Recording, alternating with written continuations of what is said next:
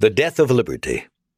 The Bipartisan Destruction of America's Freedoms Using the Income Tax. Written by David Thomas Roberts. Narrated by James Marshall. Here in the United States, we are alarmed by new calls to adopt socialism in our country. America was founded on liberty and independence, not government coercion, domination, and control. We are born free, and we will stay free. Tonight, we renew our resolve that America will never be a socialist country. Donald J. Trump, 45th President of the United States, State of the Union Address, February 4th, 2019. Foreword by Robert G. Bernhoft, Esquire, America's #1 tax attorney. Wesley Snipes acquitted of tax fraud, The New York Times. Big victory in Ralph Nader open ballot ruling, Reuters. Protesters, Joseph Bannister, win a case over IRS, The New York Times. Woman, Bernice Coughlin, triumphs over IRS in $1 million tax case, WorldNet. David Thomas Roberts and I first met some time ago when he contracted me to represent him in an IRS audit. Nothing unusual about that. I'd risen to the top of my legal field by successfully defending American citizens in civil and criminal tax controversies for many years. The IRS auditing a successful entrepreneur? That was an everyday occurrence in my professional world. After all, when you're looking for money, you go where the money is. A true statement of reality when it comes to the IRS and congressional tax policy, however cynical, and a foreshadowing of Roberts' blockbuster expose of the federal income tax's origins in socialism and its pernicious effects on America today. It quickly became clear, though, that Roberts' case would be anything but business as usual. The IRS had started auditing Roberts on a near-yearly basis for many years. In fact, Roberts may be the most audited man in America. Perhaps the IRS targeted Roberts for being a founder of the Tea Party movement. Perhaps he found his way onto one of many lists of loyal American oppositionists committed to constitutional government and liberty. I'd certainly litigated more than my share of IRS misconduct over the years, exposing IRS illegal surveillance, perjury, fabrication of evidence, witness intimidation, and trial misconduct along the way. So I wasn't particularly surprised that Roberts had garnered the IRS's attention. Point is, he was surprised. Roberts' deep-rooted Americanism was justifiably jarred, and jarred badly, by the growing realization that the IRS's enforcement of direct taxation on labor was an ugly affront to every cherished principle he had held dear, anathema to fundamental rights and liberties under the Constitution, anathema to the Fourth Amendment's guarantee of the security and privacy of our persons, houses, papers, and effects, anathema to the Fifth Amendment's hoary prohibition against being compelled to be a witness against oneself. Thus are the origins of Roberts' compelling new book, The Death of Liberty, his second work of nonfiction and fifth book overall. Roberts quickly disabused my initial concern that he intended to peddle one more in a long line of books by other authors attempting to tell us what the income tax really is as a legal matter. Supreme Court cases opine over direct and indirect taxation, apportionment, the meaning of the 16th Amendment, and the definition of income. Some argue the modern income tax is a direct tax, lacking apportionment, and therefore unconstitutional. Others say the 16th Amendment was not properly ratified, hence the income tax is a nullity. Even for an accomplished constitutional scholar and attorney, it's enough to make you go blind. No, Roberts' book would explore and expose the inextricable linkages between American socialism as a political, economic, and social theory, and the federal income tax from its earliest origins to its pernicious realities today. An accomplished researcher, Roberts starts with touching on the Civil War context, then moves briskly through the late 1800s Industrial Revolution and the politics behind calls to tax the rich. Not even Teddy Roosevelt is immune to Roberts' sharp pen. Roberts lays bare the unvarnished bipartisan history of America's move toward the direct federal taxation of labor, which is, as Roberts correctly points out, a plank of the Communist Manifesto. Wisely eschewing endless legal fights over the constitutional and legal aspects of the income tax, Roberts recognizes that in America today, the question of the income tax is a political one, not a legal one. Whole industries and their well-oiled lobbyists dine at the Bacchanalian banquet created by a tax code so complex that President Ronald Reagan once admonished, "Our federal tax system is, in short, utterly impossible, utterly unjust, and completely unproductive. It reeks with injustice and is fundamentally un-American. It has earned rebellion, and it's time we rebelled." As President Reagan so well understood, Pharisaical legal screeds are not helpful when dealing with an income tax problem so entrenched that its legal, economic, political, and social prerequisites and demands actually form societal bedrock. Not to mention bedrock polluted by socialism's reverence for the collective over the individual, and the destructive consequences of that misbegotten system. Un-American, indeed.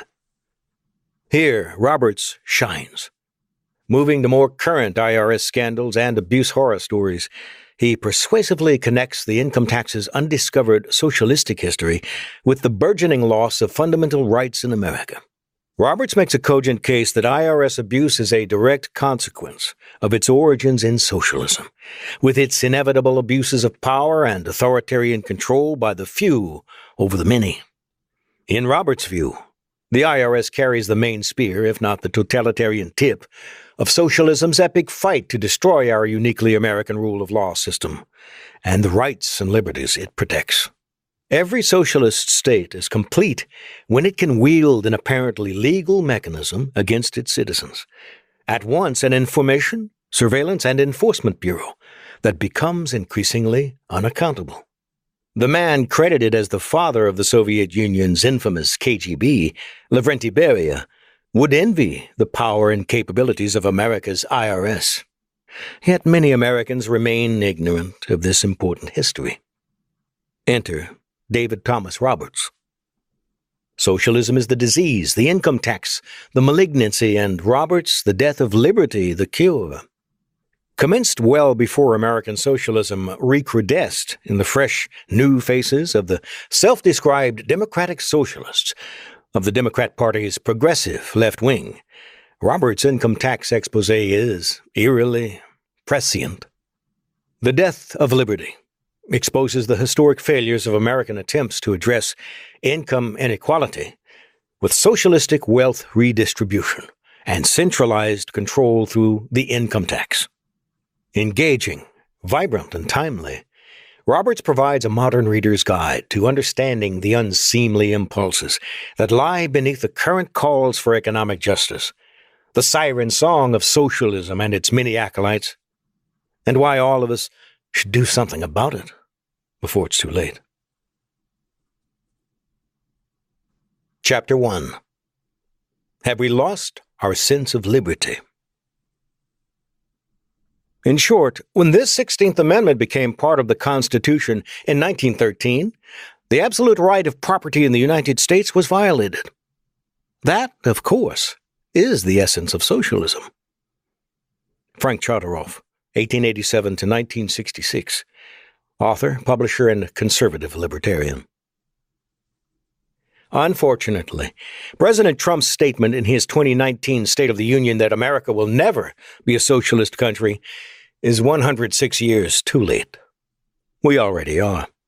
And we only think we live in a free country. Stop kidding yourself. I did a long time ago. We have dishonored the legacy and sacrifices of our founding fathers. The home of the free and the brave? Certainly on the battlefield we have proven to be brave. But here at home, we have allowed ourselves to be governed and controlled by spineless politicians who have taken a horribly constructed and unconstitutional idea and exploited our rampant societal civic illiteracy and apathetic laziness to advance an ill-conceived progressive ideology which has robbed us of our God-given liberties. possibly forever. Does the average American realize, or even care, that they are living under a complete Marxist ideology that is infected and metastasized over the last 106 years to impact almost every facet of their daily lives? Gone is the rugged self-reliance inherited by our pre-1913 era immigrant shopkeepers, farmers, ranchers, and tradesmen. And with it, our American idealism that was so instrumental in our founding and in propelling America to the beacon of freedom it once was. Today, incredibly, more Americans work for federal, state, and local government than own a business. What would our founders think of it? How in the most freedom-loving country in human history did Americans let it happen and come to accept it as part of their life? Why do Americans put up with it? Do Americans have the fortitude to ever fix it permanently? As I began writing, those questions kept me up at night. The original intent of this book was to be focused on the abuses of the Internal Revenue Service, IRS, the loss of our Bill of Rights in dealing with tax issues, the weaponization of the IRS, and the recent litany of IRS political targeting scandals. But the more abuses I uncovered, the more it begged the question, how did we get so far off track from our founders' original design? It's important to note here that this is neither a book on protesting taxes, nor one that tells you how not to pay income taxes. Is it a conspiracy book? Only in the sense that the 16th Amendment has, in fact, obliterated our Bill of Rights, and because it confirms that the IRS is the darkest and most feared agency in our federal government. The progressive income tax is likely the very definition of, and the original core element of, the deep state. Along with the FBI, the IRS is the tip of the spear for the enforcement of deep state dogmas. Although it can be argued that the IRS has literally no checks and balances to oversee the abuse. The progressives in both parties have brought us to this point, significantly aided by the literal dumbing down of the general populace. The progressive income tax and the ruthless agency that wields its mighty power is more of a threat to our freedom than any foreign enemy, and every year it grows more ominous for future generations. Politicians have been drunk on the endless stream of money that flows into Washington, D.C., from the income tax that manipulates the tax code to rewarding government cronies and punishing their political enemies. The progressive income tax is the grandest social justice scheme ever invented. Do I believe taxes are a necessary evil? Of course, there is certainly a role for federal government functions, such as the military defense, currency, immigration, and interstate commerce. But my style of government, and that of the founders, is more suited to the 1776 to 1913 style of governing, specifically limited within the Constitution's enumerated powers. How could we have let our liberties ebb away? How can we fix it if we don't understand how it occurred in the first place? Can you imagine those patriots in the Boston Tea Party allowing a huge, centralized government to take the very first fruits of their labor and have access to all their private papers? A simple tax on tea ignited the American Revolution, yet we are robbed of our income on payday, and we live under a perpetual, unspoken threat that the IRS can seize our papers, bank accounts, businesses, and assets. Imagine a revenue officer telling Samuel Adams he's being audited on his labor and income. Or Patrick Henry he must produce all his private receipts and papers. Or Thomas Jefferson he can't invoke the Fifth Amendment on self-incrimination in a tax case. The American colonists had no toleration for tax collectors. The colonists' threats to tar and feather tax collectors chased many of those same collectors out of the colonies. The Whiskey Rebellion, arguably caused by large government proponent Alexander Hamilton, was seen as a direct tax on small distillers in favor of larger East Coast distillers and was met by noncompliance, violence, and riots. This tax propelled the anti-tax Jefferson to win the next presidential election and the formation of the Republican Party. America was staunchly anti-tax at the core of its inception. On the properties of many American homes and farms, you could find liberty poles, an American custom largely forgotten. Erecting a liberty pole indicated you wanted tyranny and government out of your life. So, what monumental moment in history changed this for America? Well, the insidious action by politicians in the early 1900s lacked a cataclysmic or decisive moment. And there wasn't a typical crisis, such as a war, that convinced Congress or the ratifying state legislators to adopt a solution to something where a problem didn't exist.